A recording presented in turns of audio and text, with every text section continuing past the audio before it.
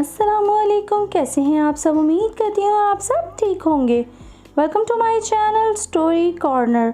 चलिए चलते हैं आज के किस्से की तरफ, जिसका मौजू है अपने पराये की पहचान।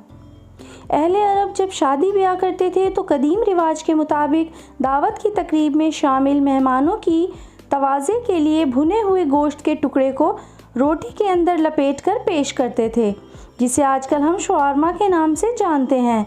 अगर किसी तकरीब में घर के किसी सरबराह को पता चलता कि इस शादी में शरीक अफराद की तादाद दावत में तैयार किए गोश्त के टुकड़ों की तादाद से ज़्यादा है या ज़्यादा हो सकती है, तो वो खाने के वक्त 2 रोटियां गोश्त के बगैर एक दूसरे के साथ लपेट कर अपने अहले खाना, रिश्तेदारों और इंतहाई करीबी दोस्तों में तकसीम करते, जबकि गोश्त रोटी के अंदर लपेट कर सिर्फ बाहर से आए हुए अजनबी मेहमानों को पेश किया जाता था।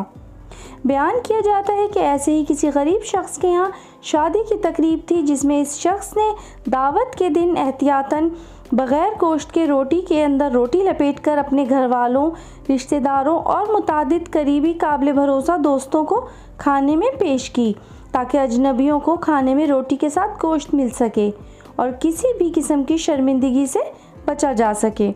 जिन्हें सिर्फ रोटी मिली थी, उन्होंने ऐसे खाना शुरू कर दिया गोया इसमें गोश्त मौजूद है।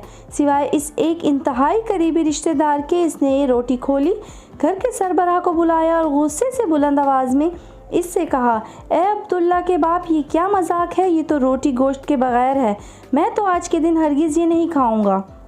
गरीब शख्स ने तहम्मुल से सुना और मुस्कुरा कर जवाब दिया, अजनबियों का मुझ पर हक है कि मेरे दस्तरख्वान पर इन्हें हर हाल में गोश्त पेश किया जाए।